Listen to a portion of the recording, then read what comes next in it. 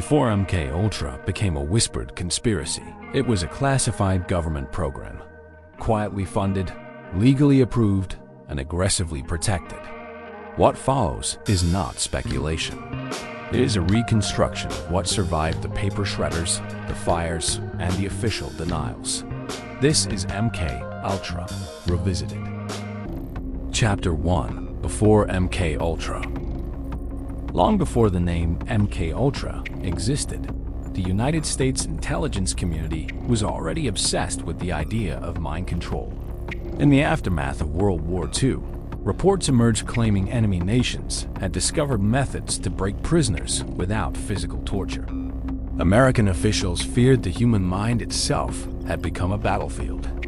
If hostile powers could manipulate thought, memory, or loyalty, traditional warfare would become obsolete. This fear was not hypothetical.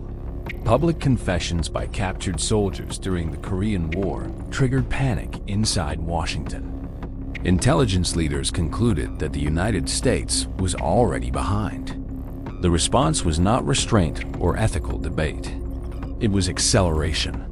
The groundwork was laid for an unprecedented experiment, one that would quietly abandon consent in the name of national security. Chapter 2: Authorization without oversight.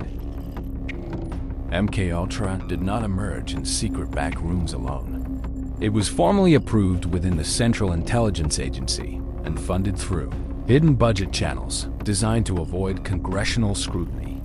Oversight was intentionally fragmented. No single office was allowed to see the entire picture. This structure was not accidental. It ensured plausible deniability at every level. Senior officials authorized broad research mandates while distancing themselves from specific methods. Universities, hospitals, and private laboratories were recruited through front organizations. Many researchers were never told the true sponsor of their work. Others suspected and chose silence. What mattered most was speed. Ethical review boards were bypassed or ignored. The mission was clear: discover how to control the human mind before someone else did. Chapter 3: The Methods.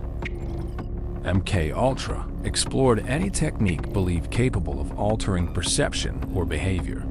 Psychoactive drugs were central, particularly LSD, which was administered in doses far beyond therapeutic norms. Hypnosis was tested alongside sensory deprivation, isolation, sleep disruption, and psychological stress.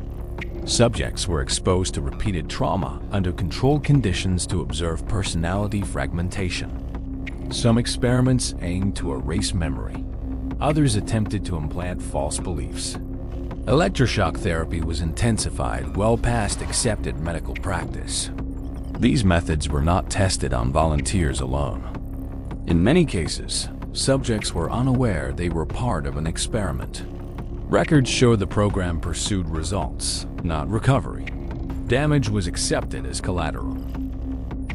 Chapter 4: Human experiments without consent.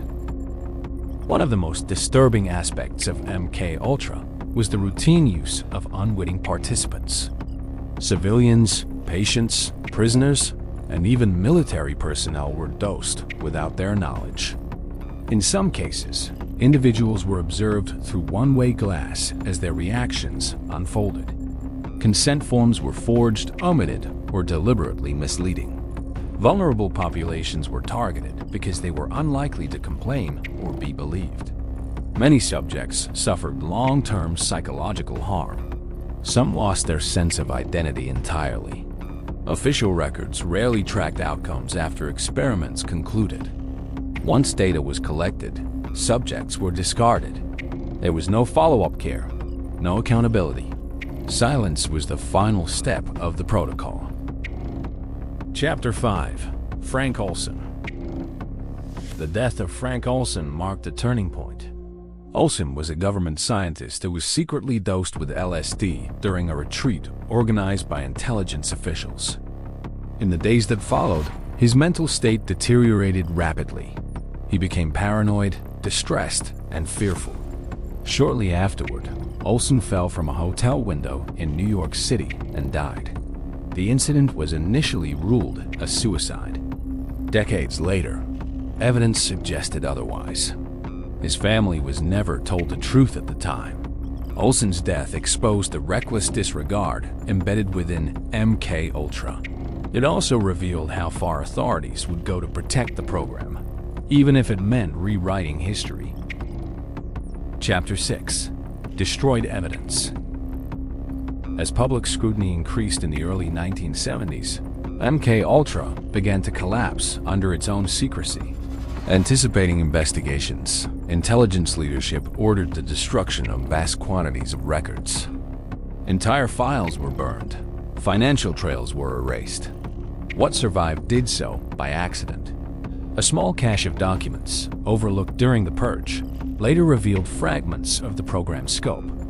These remnants confirmed that the public record represents only a fraction of the truth. The destruction of evidence was not damage control. It was a final act of containment, designed to ensure no full reconstruction would ever be possible. Chapter 7. What Survived. The documents that escaped destruction paint a chilling picture, but they are incomplete. They reference experiments without detailing outcomes. They list payments without naming recipients. They hint at methods without explaining conclusions. Congressional hearings in the 1970s acknowledged wrongdoing but produced limited consequences. No senior intelligence officials faced criminal prosecution. Victims were rarely compensated. The official position became one of regret rather than responsibility. MK Ultra was framed as a mistake of its time, rather than a deliberate policy choice. The gaps in the record remain unresolved. Chapter 8. Did it really end? MK Ultra was officially terminated in the early 1970s, but its legacy did not disappear. Many of its methods migrated into classified behavioral research under new names and new justifications.